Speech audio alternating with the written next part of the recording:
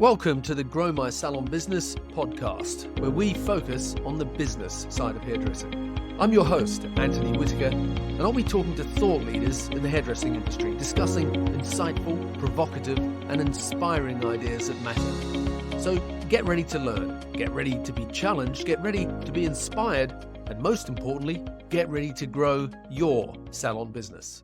Hey, it's Anthony here, and welcome to today's episode of the Grow My Salon Business podcast. Now, a couple of years ago, I was at Salon International in London, and there was a young barber on stage who was not only doing great work, but she also had an infectious personality, as well as an amazing level of energy and confidence about her that made her stand out from the crowd. So today, I'm really happy to have Hayden Cassidy as a guest on the show. In today's podcast, we'll discuss the attitude and belief that you need to have in life in order to overcome setbacks and succeed. The opportunities that a career in barbering can bring about, including being the first Dior Grooming Expert in the UK, and the evolving business model of today's barbershop, and lots more. So without further ado, welcome to the show, Hayden Cassidy. Hi, thanks for having me. It's a pleasure to come on here and chat to you today. Yeah, no, it's good. I'm really looking forward to it. I mean, I've only met you once before, and that was very briefly. You were very busy on a stage at Salon International, and I was on a stand opposite you, and so I couldn't help but hearing and listening and watching you, and you were very entertaining, very infectious personality, loads of confidence and energy and passion. I know that amongst other things, you've been a professional football player.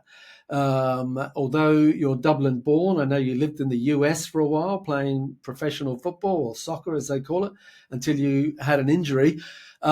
And I also know that I think I read somewhere that you studied psychology for a while. So there's quite a few things that have gone on before you've segued into the barbering thing. So let's just sort of do a little bit of a background about, let's start with the professional footballer thing, because that's very exciting. Yeah, it was I've kind of done a number of things, and I think, everybody obviously has their journey and how they got into hair, and I think usually people kind of go in straight after school, but yeah, I did a number of things beforehand. And firstly, when I finished school, I got the opportunity to have uh, a scholarship to America where I played football there.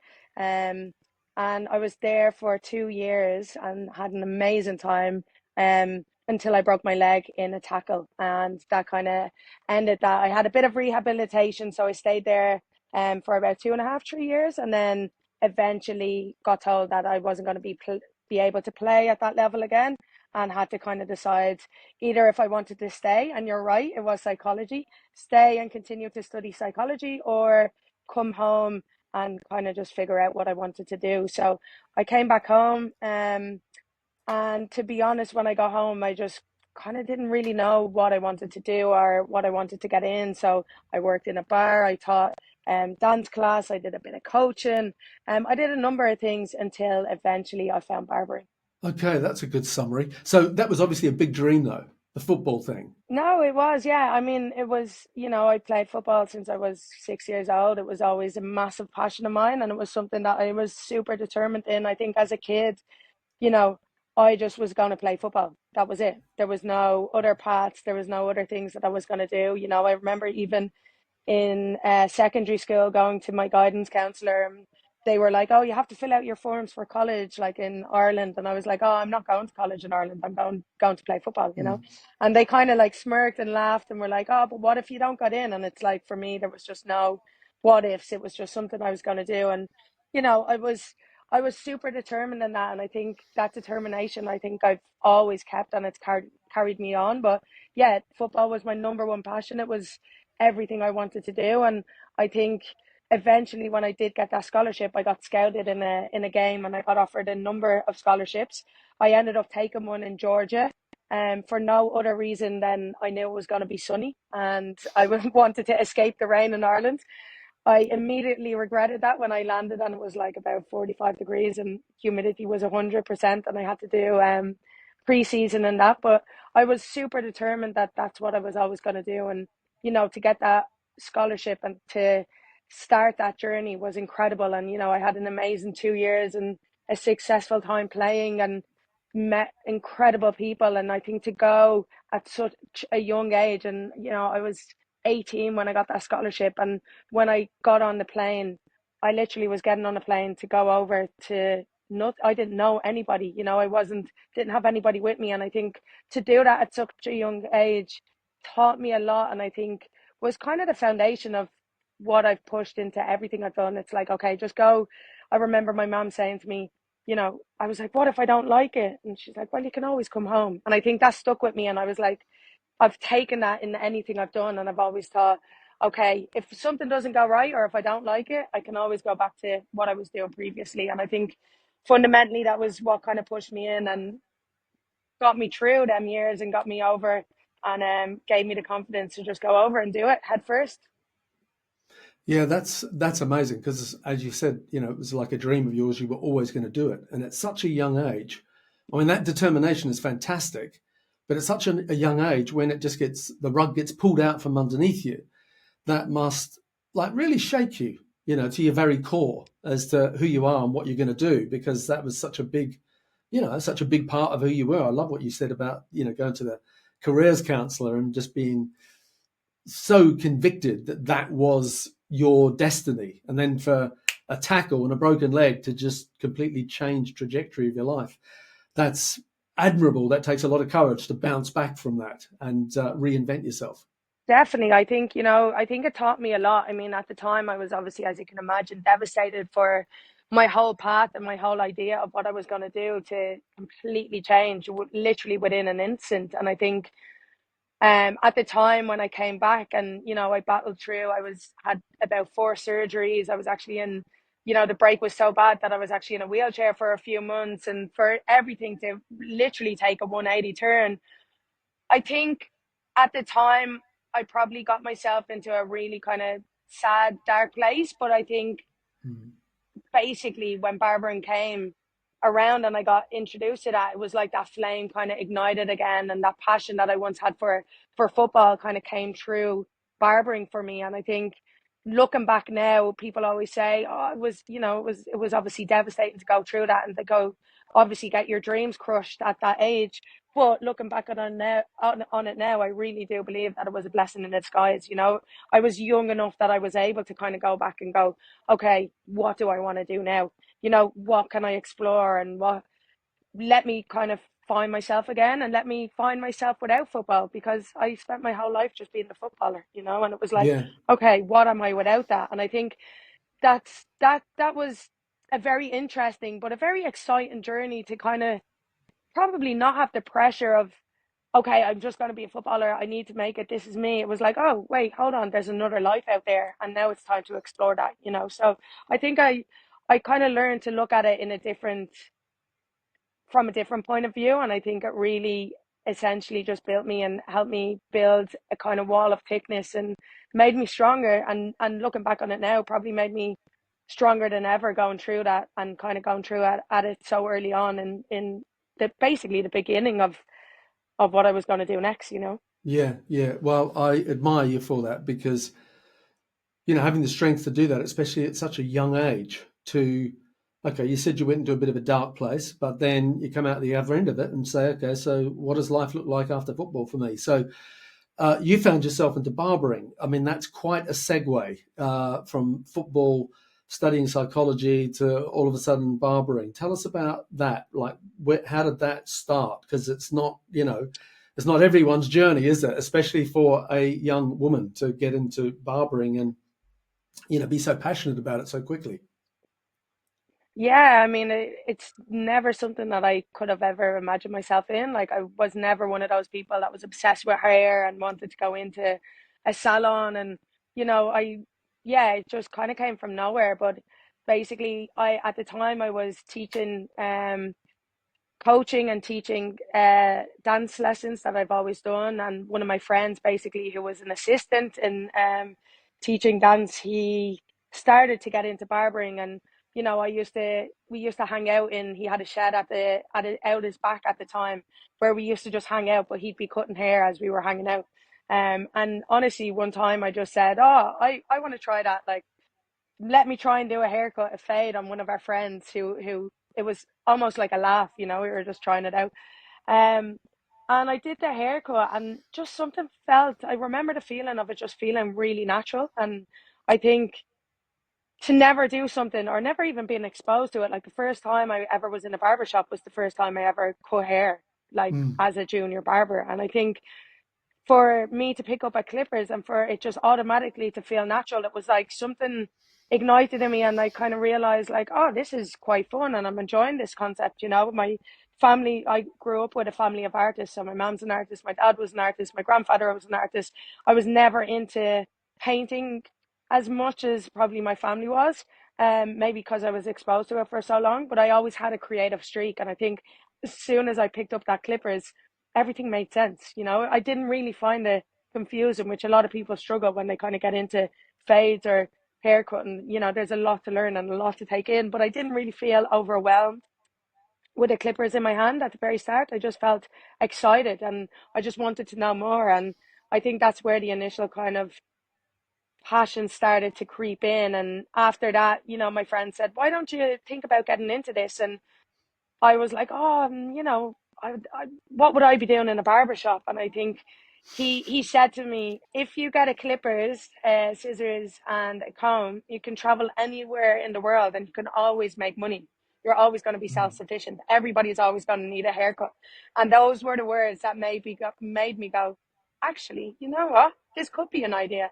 So I actually went in and um, on that drive home after that haircut, I went into TK Maxx and bought myself a DIY pair of clippers and scissors. And I decided I was going to pursue it. And I, messaged my cousins and said, anybody want a haircut? I put YouTube tutorials out there to look at how to cut the top of a hair, how to fade. Um, and I just, it became everything slowly but surely. Within 6 months, I was obsessed. Yeah, okay. That's the first time you mentioned scissors. You've said clippers, clippers, clippers, which is interesting because, I know you've not been in the industry for all that long, but the barbering industry has had a huge renaissance, and a lot of people were picking up the clippers and getting into it, and a lot of them have fallen by the wayside. You haven't. You've gone from strength to strength, and you do beautiful work. I love the work that you do, and you have become a real sort of perfectionist. You constantly seem to be honing your skills. You have numerous skills. You're very good on platform. You're very good as an educator, but the work that you do is beautiful. So, tell us, how did you master it? How did you get to the level that you're at so quickly? Have you worked with any great mentors that have like sat you down and said, right, if you're going to do this, then this is how you need to do it? Like, tell us a little bit about that side of things.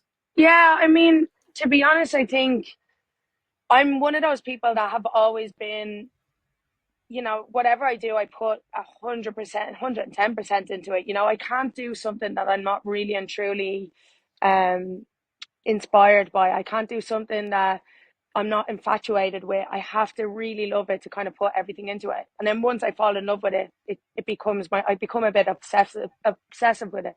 And I think I've always been a visual learner. I've always been someone that has to do it to kind of figure out and learn. And, you know, I always put myself in out of my comfort zone and into the deep end and go, okay, well, show me why, and that being that's in every aspect of my life. And I think when I got into barbering, I knew that the best way for me to learn was to be in a barber shop and to watch and to constantly be asking questions and figure it out by myself. I can't just sit in a course and sit in a workshop and just be told things. I have to be actually physically doing them. And I think I've been lucky enough in that every shop I've gone into has not only been super welcoming, super supportive, but I've had incredible people working beside me and very talented people that have been willing enough to give me their time and their expertise to really guide me. And I think that started very much from when I went into my first barbershop as a junior barber. I went into a shop called Cut and Sew, which is in Dublin.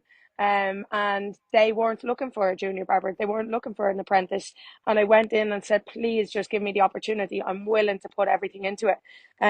They did. They took, a risk and they got me in the shop, and I was the first in and the last out. I was working with three of the best barbers and at the time in Dublin, and one of them had been trained in hairdressing. He'd had 4 years, 5 years experience in hairdressing.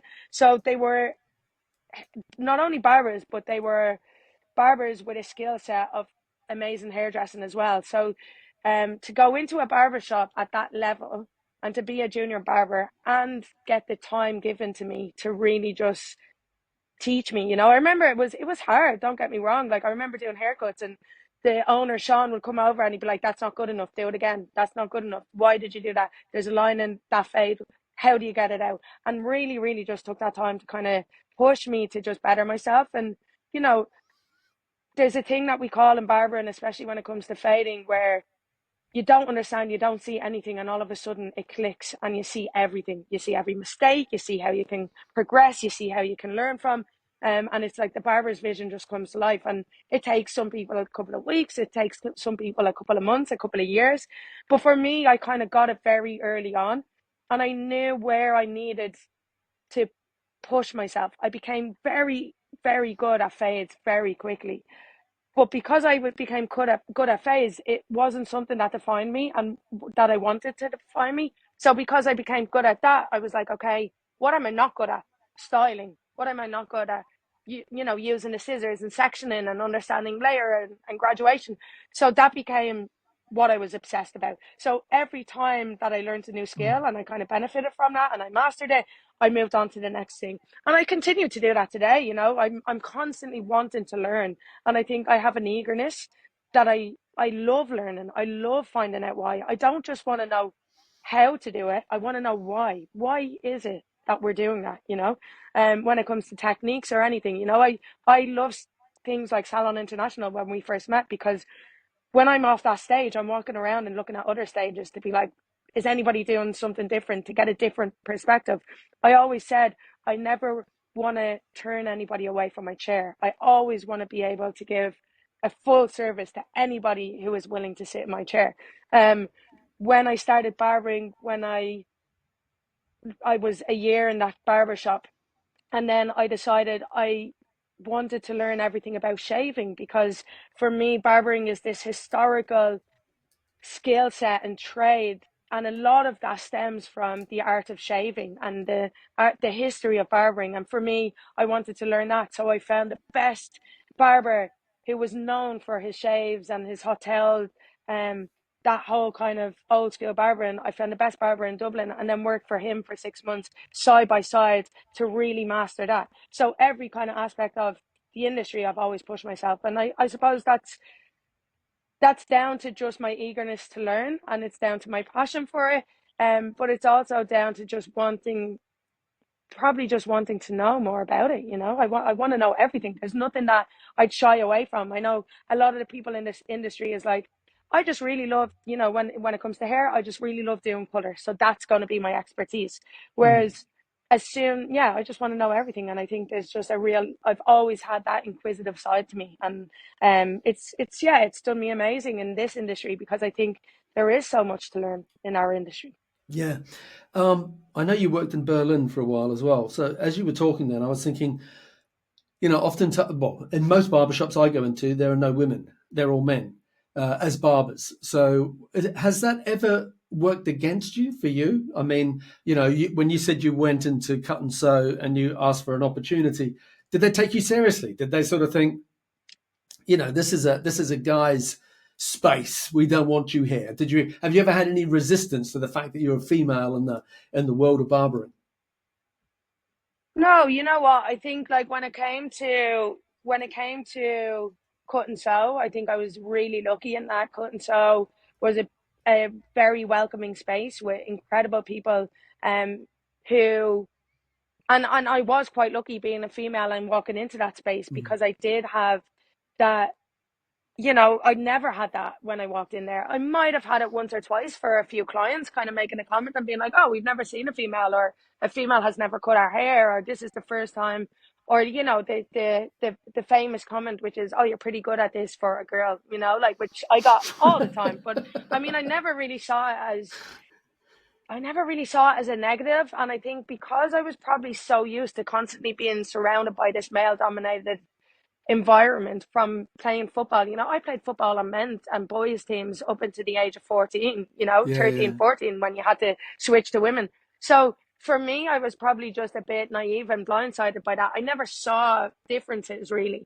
And I built a thick skin over playing football with guys for so long, you know.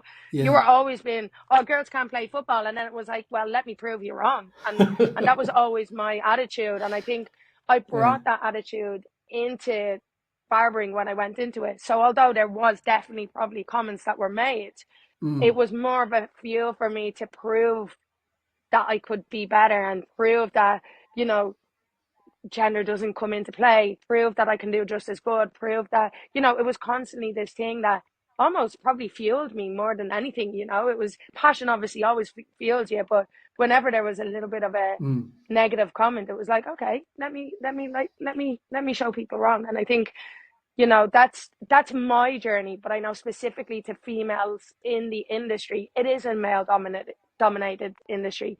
There is horrific stories that I've heard of females going in and trying to get a job and being isolated because they've been a female and getting nasty mm. comments or being mistreated. And there is that does go along. And I'm not trying to hide that or put any shadow over that, because that does happen. And it really hurts me when that does happen.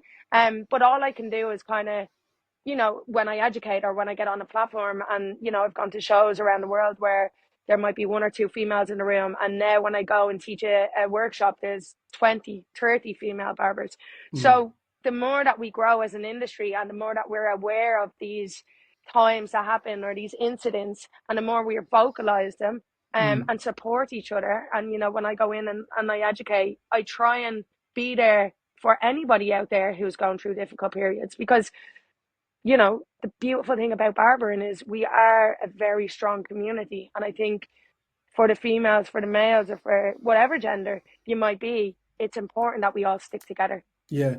Is as you were talking, I was thinking, is if I'm sitting in your chair, is football the thing that you use to break down barriers? Is that part of the conversation a lot of the time during the day for you? Because it's obviously a deep No, passion. yeah, it is a big passion, and I think like it's not necessarily always the initial thing that I talk about. I am great at having football chat. You know, Yeah. I know everything about football, Yeah. so Yeah. I'm a big Liverpool supporter. So Yeah. I can turn a football chat on whenever I want, and I think, you know, there is definitely clients that I will have that kind of barbershop banter and football chat with. You know, and I love being able to talk about that. But there's also, you know, a lot of my clients who probably absolutely hate football and they want nothing more than not to talk about it. And Sure. I think I now have, you know, working in barbershops, it was probably easy for me to be able to almost be a bit of a chameleon and blend into whatever conversation I wanted. But I think Yeah. now that I have, you know, I have a one-to-one chair studio in London, and it's just me and my clients. So my chats range from football to the deepest chat you'll ever hear, Yeah. probably deeper than I'd ever even have with my partner or my friends or family, because there is that beautiful, intimate, safe space that we can just chat about and we can just be open and honest. And so the chats are now, yeah, definitely football is mentioned once or twice in a day, but there's also amazing topics that we have conversations about. Yeah, good, good. Okay. Let's change it up a bit then, because I know that you are now the Dior grooming expert. That is quite a accolade to get. So tell us about that. How did that come about? Yeah, it's been, you know, it's an incredible achievement to have. And, you know, it was definitely a pinch me moment when they approached me and I got offered um to come on board with their campaign and come on board on the team with them. And I think, you know, it's just a very exciting thing, and it's something that I probably never dreamed of. You know, it's a possibility that I thought would never be would never happen, you know. And I don't think anybody goes into their career and thinks I'm going to be partnered with a name like a household name like Dior, you know. So yeah, they approached me about a year and a half ago now, January 2023. I met the team and had beautiful chats with them and found out their ideas of what they wanted to really create with coming on as a grooming expert with the Sauvage team. And, you know, it was incredible to see them put barbering on a pedestal, and to give an opportunity to someone like me who's a barber who's worked in the industry for 10 years, and, you know, to really kind of see barbering as a whole and see that, nowadays where do males go and get their advice for and their tips from, and it is in the barbershop. So I think that was really clever of them, and I'm really excited about, the opportunities that have already come from it and the opportunities that will continue to come from it. And I think it's such an exciting moment. And I think, after educating for so long, um, about 6 years, and after being around the industry, to then break into this world, whole nother world, was definitely a bit scary, but something that has been super exciting. And, again, like I said, I love putting myself in the deep end and just enjoying every single moment that I get and every opportunity I get. And this is something that is super special and definitely a career highlight for me. Yeah. So what does that involve? Like on a daily, weekly basis? I mean, I've just written down some things. Does that mean you do shows for them, or you're a spokesperson to the media, or are you asked to contribute to product development or do photo shoots? What sort of things A are you doing mix under that umbrella? a complete mix of everything you just mentioned. So Right. it's the first time this role has come along. We have two other barbers who are with the Savage team as grooming ambassadors. Vince the barber, who's from LA, and Chaga, who's from Paris. So there's three of us that are spearheading the Savage team, and it'll be a mix of everything. It will be press releases. It'll be talking about, grooming tips and um for publications. It will be coming on and working as part of their shows as celebrity grooming. Um, I've gone over to Paris a number of times and chatted to them and met all their team and give them, some advice on their Savage products and what we're doing with it, and how to basically create, protocols. And, there's a mix of everything, and it's really, really exciting. And I think the beautiful thing about it is, for their side, they just want me to be authentically me, which is beautiful. That's all I can ever ask for partnering with a brand. Yeah. And from their side, it's a whole new and exciting role that's just being explored, and this is the first time it's happened. So, Mm. from both sides, it's really just a collaborative journey, and incredible opportunities have already come from it. And for me, definitely, it's like, you know, working with you're working with photographers on set that they have access to, or working with, ambassadors that they have, or celebrities that they dress. It's just opportunities that I couldn't have thought in my wildest dreams that I would get, and here I am at the forefront of it. So Mm. all of the things you mentioned, it's entailing all of that, and it's just really exciting to be brand. And I went over to Paris and I got taken around the archives and the gallery, by the team over there. And I think during that experience, it was like you realize the extent of the brand and just how incredible the brand is. And to be Dior has been around for so long, and from it to be started by Chrissy and Dior, years ago, and for what it's turned into now, it's a household name, and it's one of the finest luxury like houses in the world. And to really see the ins and outs, the detail, the quality of what they represent, Mm. just makes you feel just so special to be part of that. Yeah, definitely, definitely. I mean, I know you didn't go looking for this, but obviously there would be young barbers who would be listening to you talk about that, thinking, "Oh my God, I would love to be, the Dior grooming expert. How do I go about doing that?" I know that you never set out to do that, but looking back on it, if a young person was saying to you, "What do I need to do to get that sort of opportunity?" What sort of advice would you give them? How did you, like, what was it they were looking for that made them come to you? I mean, I honestly, I haven't got an easy answer for that, and I haven't got a quick answer for it either. And I think Mm. for me, what I always kind of set out to do was just do as much as I could, as best as I could, and take every opportunity that came my way. I'm a very, very hard worker behind all the beautiful opportunities that come along. I'm constantly working, and I think we kind of overlook hard work sometimes in our industry. We see the quick fame, we see the likes, we see the viral videos, but we don't see the foundations before that. Barbering has literally been my everything since I started and since I got into it.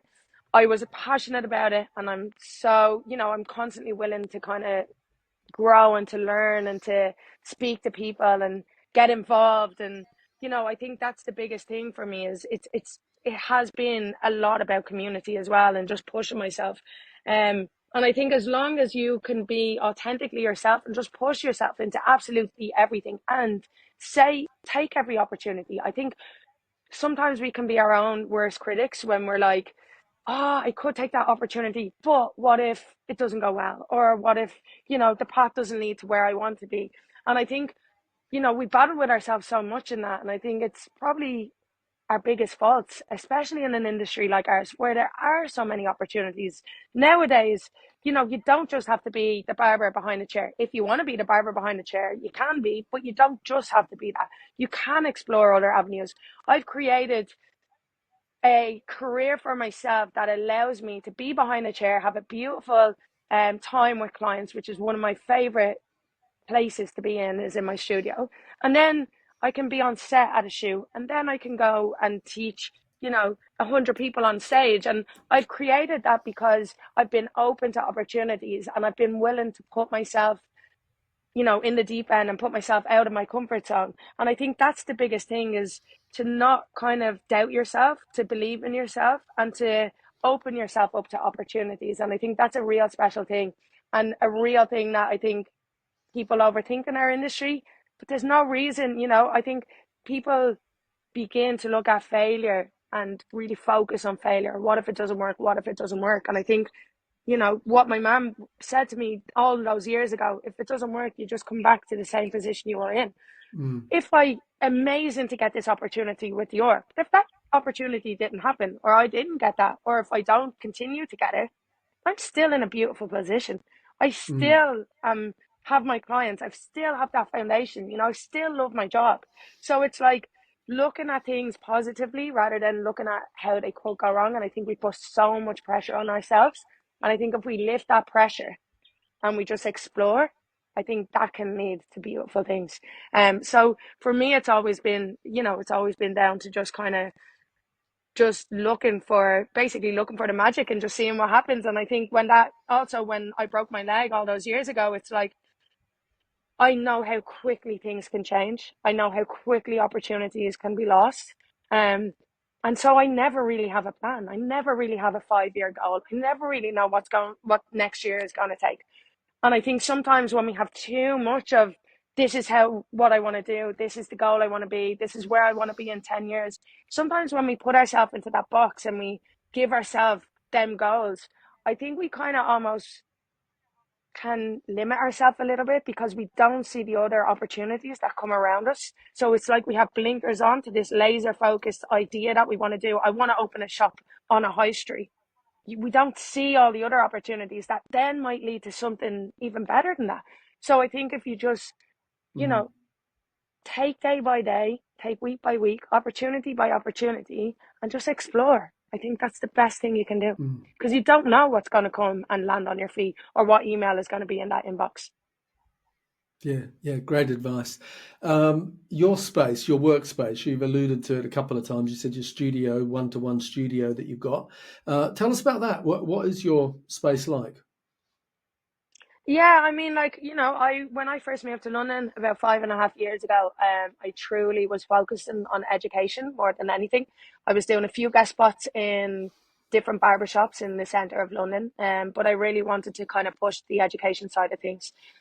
COVID happened, and obviously we couldn't travel anymore. And a lot of my job and a lot of what I did was relying on travel. So when I couldn't travel, I was 8 months not working. I had 8 months on universal credits. I didn't really know what I could do. But what I did know is I did know I needed to create something a bit solid in the city that I lived in, and to give myself, the backbone of having a clientele and building up that clientele because I didn't have that when I moved to London. I was so focused on doing everything else that took a back seat. So I think I really realized through that time I needed to create my clientele and I needed to create a business for myself and just a place for myself that was a bit more secure than what I was relying on. So during the 8 months that I was off, I taught myself how to build my website. I viewed studios. I realized that I didn't really want to create this big barber shop with my name across it and, on a high street. That was never a real goal for me.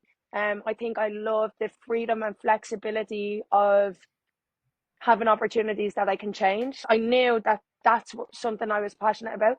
And I thought the only way I could really create that is by creating a service that was just me and my clients. So, when I wasn't there, I wasn't there. But when I was there, I was there for my clients. And, I work with a booking system now that allows me to open my bookings a month in advance. So my schedule is pre-planned. All of my dates are in. And whatever dates I have left over, 4 days a week. I might be in the studio 9 to 9 sometimes, and then days just to get everybody in. But whatever days I'm in, they're in a month before, and my clients know every month that my appointments are going to open up, and they can book in for their haircuts. So I've been able to create that simply because I was able to create my own space that allowed me the flexibility to work with what I wanted to do. So I have one chair in there. It's just me most of the time. When I'm not there on a weekend, if I'm away traveling, what I do is I get some guest artists in. So I had my friend Sarah Hurley, who's a colorist. She came over and did a weekend there so they can rent the space out. This space is a beautiful space just beside London Fields. There's an area where you can sit down, chill out, lounge. There's a record player. There's my chair, my wash basin. And it's really just a space where I wanted to create that takes away that intimidation from walking into a salon or a barbershop. I hate going into a salon, a first time salon, because I just feel this immediate intimidation comes over me and I'm like, oh, I don't know what to do. I don't know what to ask. And the same with barbershops. I have a lot of friends who walk 5 times by a barbershop before they'll even get the courage to walk into it, because it's this new environment. Whereas what I wanted to create in my space is I wanted to create a space where people felt like they could just be themselves. They could ask for whatever they wanted. They could have an open, honest conversation. They could have a full consultation. There's no pressure. There's no other ears around. There's just me and you. And let's create a service and create the haircut that you really want. And let me give you the knowledge for you to be confident walking away from that. And also to just feel comfortable. Like I wanted it to feel like you're just walking into a room in your house that you're already familiar with. So I created this space. It's called Cree. It's on, it's just, yeah, it's my little baby. It's my home, and it's where I actually feel I never feel like I work, and I think that's the beautiful thing. When you find a job that you never feel like you're walking into work, it's the most special thing. And like, my clients, I've built that relationship now because it is a one-to-one environment. I can control the quality of the service and the quality of the conversation. I can really get to know my clients, and we can have incredible conversations. But most of my clients have now become friends to me. I'd go for a pint with any one of them because they're just brilliant, and there's that trust has been built. Yeah, yeah. Oh, that's great. I was going to say to you, like, I've built up a picture as you've been talking, actually. But I was going to ask you before we start to wrap up, where do you see the trends coming from with barbering? Like, where's your main influences from? Is it from music? Is it from different cities? Is it from fashion? Like, what are the things that you sort of pick up on, and where do you see men's hair evolving? I've always been one of the type of people that was really inspired by art and culture. That's my number one thing is like, I love traveling to new cities. I love experiencing different cultures. And I think, I've had the opportunity to be able to travel to a lot of places and to also live in different cities around Europe. And I think that's where I always get my big, like, my inspiration for shoots. I went on a trip to Japan, and the style was incredible. The way they dressed, the way they carried themselves, the culture, the way they treated each other inspired me so much. And I came back like just creatively driven and ready to go. Like I wanted to do everything, and that is really where I got my inspiration. And, I love music. Music has been another passion of mine. And thankfully a lot of my clients now are amazing bands and musicians that we can have a bit of fun with when we're cutting their hair. Like I just had a musician that's gone on tour, on a European tour, and he's like, right, let's do something different, so you can kind of get that creativity and you can actually try different things. I think we take a lot of our inspirations when it comes to trends from what has previously been done. You know, it's like fashion, everything kind of revolves and goes around 360. And I think nowadays we're looking at, you know, the punk era, we're looking at, you know, the 90s era, and it's all kind of coming back again. And I think it's coming back but with a different flair. And I think that's the really beautiful thing about our industry, and the beautiful thing about barbering. And I always say it, there's no right or wrong. You know, it's literally down to your selective taste. There's not really, like, there's very blurred lines. So you can really just explore that creativity. Now, don't get me wrong, some things won't work out and they won't look great, but you will go and you will do a shoot and you will kind of get creative and you'll try something, and it just might be incredible, you know, and it might be something that you'll go, oh, wow, that was great. From that, you know, like, social media obviously is always going to inspire trends. You know, we can now go on our phone. Like, years ago, it would have been, when I first started, I would have got magazine after magazine and I'd be flicking through magazines and looking, or films, you know, I'd watch Mad Men and I'd be like, wow, you know, the haircuts in that. I'd watch, you know, Romeo and Juliet with Leonardo DiCaprio and I'd be like, oh, that's brilliant, you know, like, so I'd get a lot of inspiration from that. Now we can go on our phones and we have access to like a million portfolios. You know, there's so much inspiration. I generally, with my clients, I'll go into a Pinterest board and we'll talk through different styles or different cuts and find something that suits them or suits their hair texture, that they can wear, that suits their lifestyle. So I think, you know, we're kind of spoiled for choice when it comes to inspiration. But again, I think it really depends on the type of person you are and what it is you want to create. But I definitely would say to anybody, just try new things, try different things, and just explore as much as you can. You know, like, even if you are that, you know, barber or stylist that just kind of at the moment stands behind a chair and does clients day to day, on a Saturday after you're finished work, or on a Sunday, get a group of your mates, you know, take a few pictures, get a few clients who want to try new things, and just try it, have fun with it. You know, I think we're so serious in our industry that I think we forget that there's a lot of fun to be had. And I think that's where the inspiration will really kind of come from. Yeah, great. Okay, well, listen, we need to start wrapping up now. I know you just mentioned Instagram and social media. Whereabouts can people connect with you on your different social channels? So on Instagram, my Instagram handle is Hayden_Cassidy. And that Instagram has a link then to my studio, which is Cree London. Cree is spelled Croi. It means heart in Gaelic. And then you can also find me on TikTok, which is Leah Hayden Cassidy, and my website is www.haydencassidy.com. Great. So they're all my socials. Fantastic. Thanks for that. Well, look, I'll put those links on our website, growmysalonbusiness.com, and in the show notes for today's podcast. So if you're listening to this podcast with Hayden and have enjoyed it, then do me a favor, take a screenshot on your phone, share it with your friends. And don't forget to subscribe and leave us a rating and review on the Apple Podcast app. So to wrap up, Hayden Cassidy, thank you for being on this week's episode of the Grow My Salon Business podcast. Thank you so much for having me, Anthony. It was amazing to chat to you. My pleasure.